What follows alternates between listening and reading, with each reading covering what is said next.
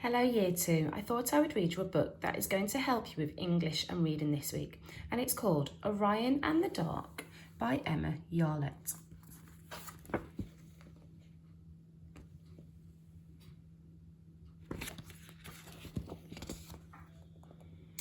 My name is Orion, and I guess you could say I'm scared of a lot of things. Mum tells me I just have a big imagination and there's nothing to be frightened of. Well, that's easy for her to say.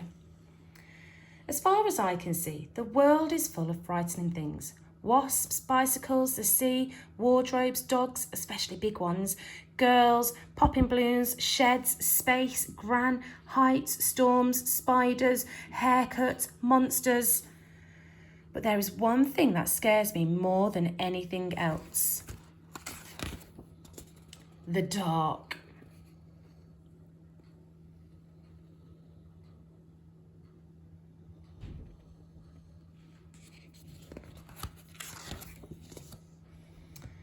Of course, I've tried all kinds of things to solve the problem. Invent the everlasting light bulb, dressing up as an owl, eating lots of carrots, capturing the sun, but it was a little bit too hot and sweaty. Keeping pet glowworms, staging a protest, painting my room with neon paint and night vision goggles. But nothing ever works. And before I know it, it's bedtime again. Good night, Orion. Good night, Mum. I hate bedtime.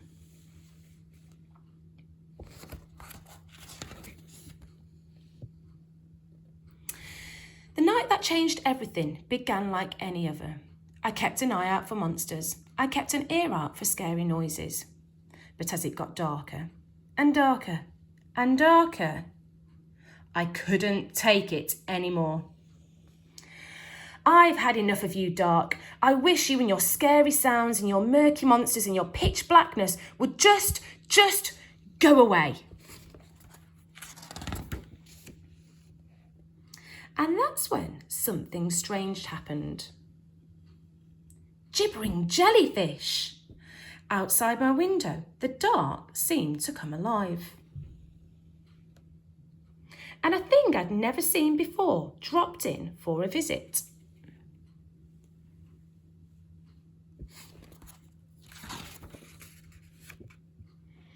I was feeling more scared than ever before, even more than when I had that seaside dog show with Gran. But Mum always said it's important to remember your manners, especially when you're greeting visitors. So I said, "Hello, I'm Orion," and offered my hand to shake.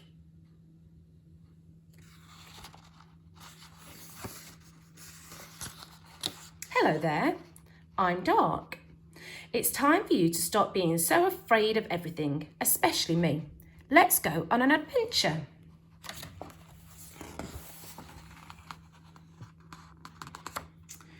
Of course, normally I'd be scared stiff of going on an adventure, especially with a terrifying creature like Dark.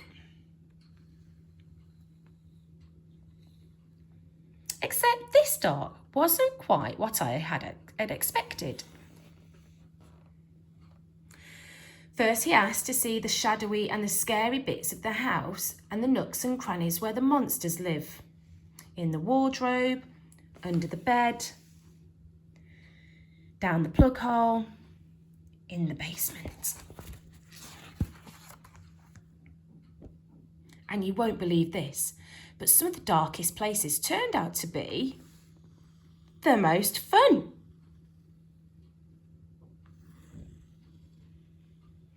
Even having fun couldn't stop me from being scared for long, though.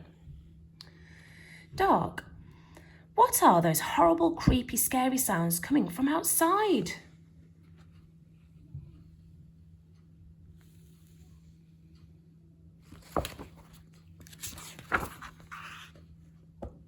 Together, we bravely went outside to find the frightening sounds. And when we found them, they weren't frightening at all.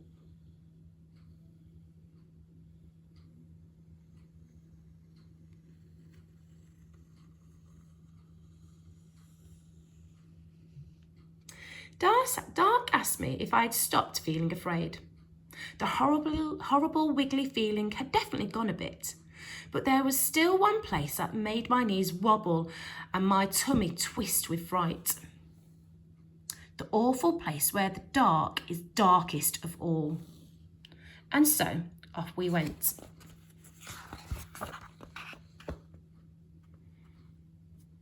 On the last adventure, all the way up into the night sky.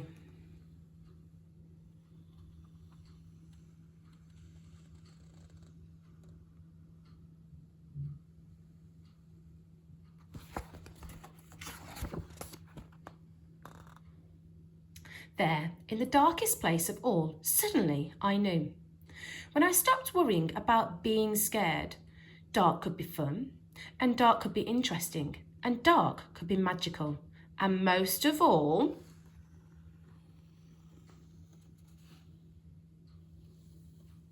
dark could be my friend, and nobody, not even me, is scared of their best friend.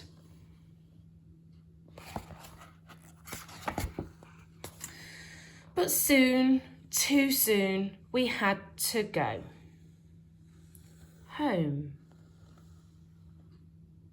As the sun began to climb back up into the sky, my friend began to fade.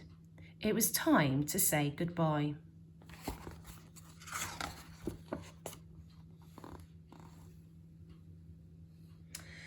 Dark, I've had such a super duper, spiffidocious, incredimundo adventure, but will you ever come back? I didn't want Dark to go.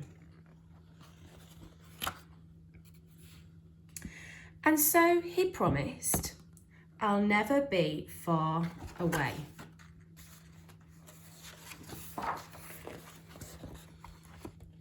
And from that night on, he never was.